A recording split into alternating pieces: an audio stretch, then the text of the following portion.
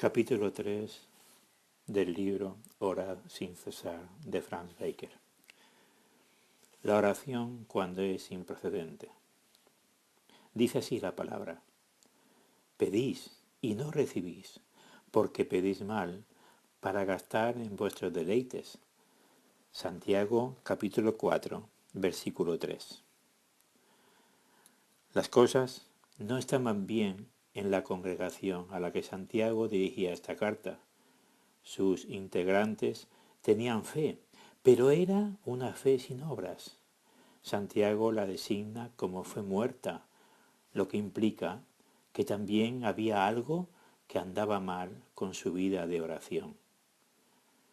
Sabemos que seguían practicando la oración, porque nuestro texto dice: pedís, pero era una oración improcedente.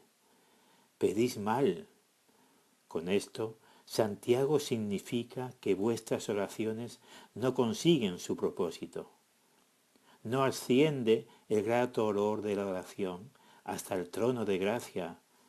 Tu oración se queda atascada antes de llegar a su meta, porque ante Dios es un olor abominable.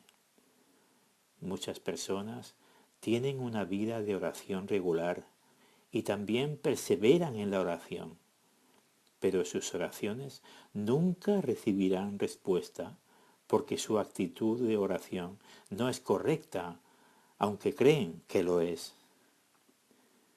El aposento mismo no hace que nadie ore en verdad, y la oración, ni siquiera la oración abundante, no es siempre prueba de una verdadera vida espiritual, de una conversión verdadera. En el aposento hay vírgenes insensatas que hacen lo mismo que las vírgenes prudentes, pero que carecen del verdadero espíritu de oración. A pesar de su fe y de sus oraciones, la situación no era buena en la congregación a la que se dirige Santiago. Había mucho que estaba mal en su vida diaria, y la vida de oración no puede florecer donde hay un caminar impío en la vida. Los pobres eran oprimidos por los ricos. Se habían apartado mucho del buen comunismo, de los tiempos de Pentecostés, cuando los ricos vendían sus bienes para ayudar a los pobres. Ahora era lo contrario. Los ricos se aprovechaban de los pobres. Había también muchos maestros. Cada uno pensaba que sabía más que nadie. No eran pobres en espíritu, porque los mansos no tienen una gran opinión de sí mismos. Esos maestros eran expertos en desmenuzar la verdad en diversas doctrinas, mientras que olvidaban que ellos mismos necesitaban ser quebrantados. Desde luego, no habían aprendido a practicar la doctrina que Cristo había enseñado a su iglesia cuando dijo: aprended de mí, que soy manso y humilde de corazón. Esto se encuentra en Mateo capítulo 11, versículo 29. Las guerras y los pleitos de Santiago 4.1 no eran cosas desacostumbradas en esta congregación, porque cuando alguien, aunque sea un hijo de Dios, cree saberlo todo, habrá guerras y pleitos, habrá cismas y unos se pisotearán a otros. Y lo peor es que cada uno pensará que está librando la buena batalla de la fe. Pero la batalla de la fe es algo muy distinto de librar una guerra civil. La lucha de la fe permanece y permanecerá en tanto que la iglesia militante esté en la tierra. En la lucha de la fe, el creyente se olvida de sí mismo, mientras que en la guerra solo se edifica a sí mismo. De los tales dice nuestro texto: pedís. Si solo por una vez esos ricos, esos maestros y esos rebeldes no supiesen cómo orar, la situación sería totalmente diferente. Ellos creían que oraban bien, a pesar de que su vida de oración no influía en su conducta diaria. Santiago 4:2 nos dice que no pedían, porque en realidad era como si no orasen en absoluto. Se dijo una vez de un cierto granjero que se había convertido a Dios. ¿Cómo lo sabes?, preguntó uno. La contestación fue: yo ya no maltrata a sus caballos. ¿Cómo puede alguien acercarse al trono de Dios y al mismo tiempo hacer daño a sus semejantes y cosas peores que hacer daño físico? Si alguno dice, yo amo a Dios y aborrece a su hermano, es mentiroso. Dice la Escritura, 1 de Juan, capítulo 4, versículo 20. Esos mentirosos pueden estar tan endurecidos en sus corazones que no se dan cuenta de ellos mismos y siguen orando. ¿Por qué oran y para qué propósito piden? Santiago dice, para gastar en vuestros deleites. Oramos mal cuando hemos muerto al yo y deseamos de Dios cosas que solo tienen que ver con nuestro yo, nuestros propios intereses, nuestra autoestima y todo aquello que tiene que ver con el yo, y aún en las cosas espirituales. Pensemos, por ejemplo, en Esaú. Grande y duro como era, se postró llorando a los pies de su padre, rogando una bendición. Ay, Esaú estaba interesado en los beneficios, no en el benefactor. La cuestión es, ¿para qué oramos? ¿Y qué haríamos si se nos concediese nuestra petición? Para gastar en vuestros deleites. Aquí tenemos a alguien que no está de rodillas orando a Dios. En realidad, tenemos exactamente lo opuesto. Dios es echado de su trono y el hombre espera que Dios se incline ante el rey. Yo que he usurpado al trono. Esto es orar de manera improcedente. Repetimos, Dios es echado de su trono y el hombre espera que Dios se incline ante el rey yo, que ha usurpado el trono. Esto es orar de manera improcedente. Santiago llama a esas personas adúlteros y adúlteras. Una adúltera no se preocupa de dónde le viene su recompensa. Así sucede con los que se dedican a este mal llamada oración. Poco les importa de quién reciban las dones. Quieren dones, pero no al dador. Ahora comprendemos lo que dice Santiago. Pedís y no recibís. Esta oración nunca recibirá respuesta. ¿Acaso el gran dador separará el don de él mismo? Entonces Dios no sería Dios. Esto no significa que la petición nunca sea concedida. Es bastante posible que parezca que se dan y que ellos aceptan bendiciones como respuesta a la oración. Pero esto empeora aún más las cosas, porque a veces Dios da cosas con su izquierda, da en juicio y no en su favor. Siguen estando con nosotros aquellos que oran a un Dios de su propia hechura solicitando un don. Nunca han aprendido a amar al Dios verdadero. Por ello tampoco aman a su prójimo, dicen. Id en paz, calentaos y saciaos. Santiago 2:16. Esos maestros creen que lo saben todo y se sientan como reyes en sus tronos, juzgando a otros.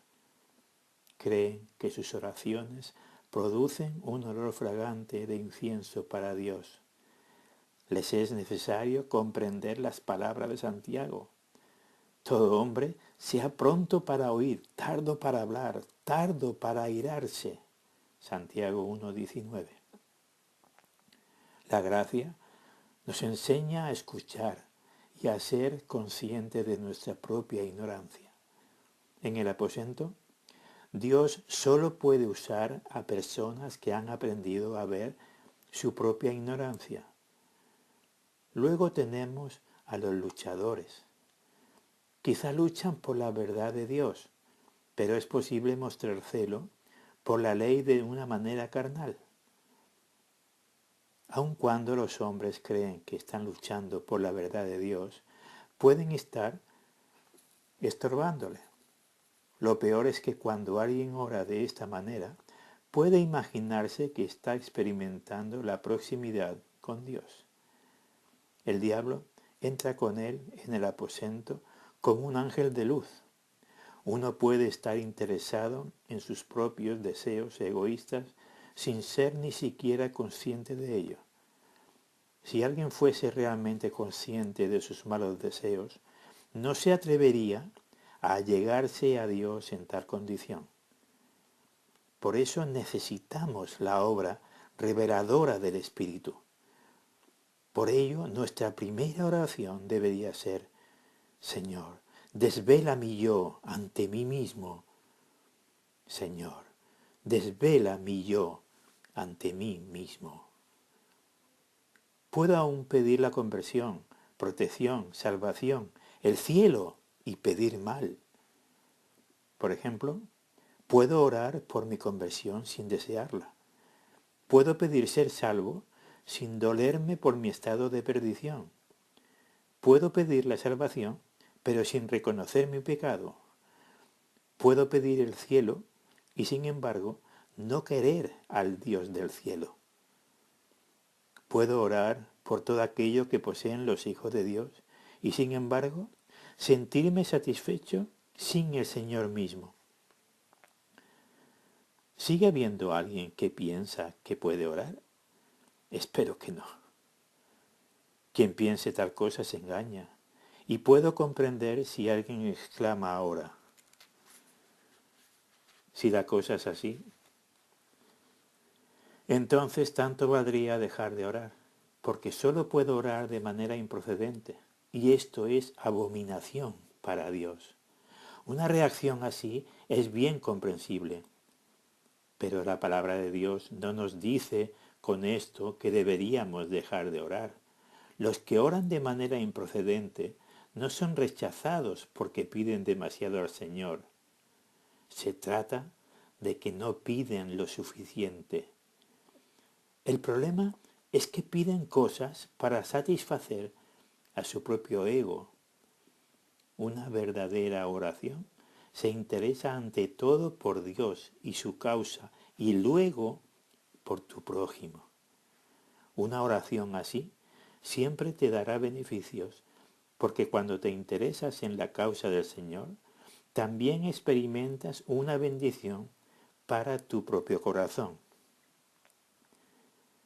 Nunca estaremos demasiadas veces ante el trono de la gracia. Nunca podremos pedirle demasiado al Señor, solo demasiado poco.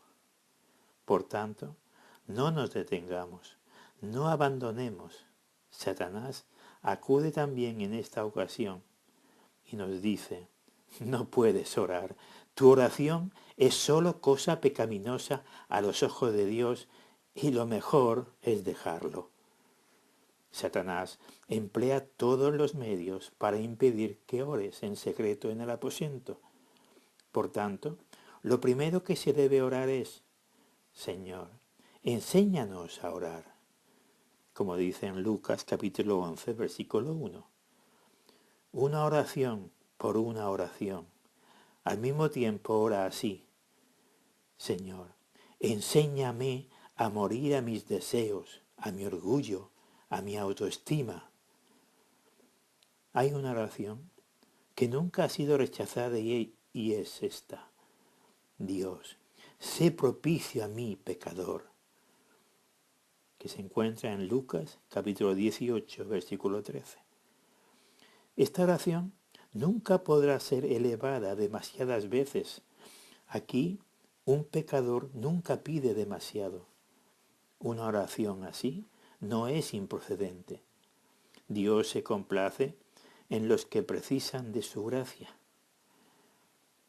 Se puede saber cuando un miembro del pueblo de Dios ha estado en el aposento.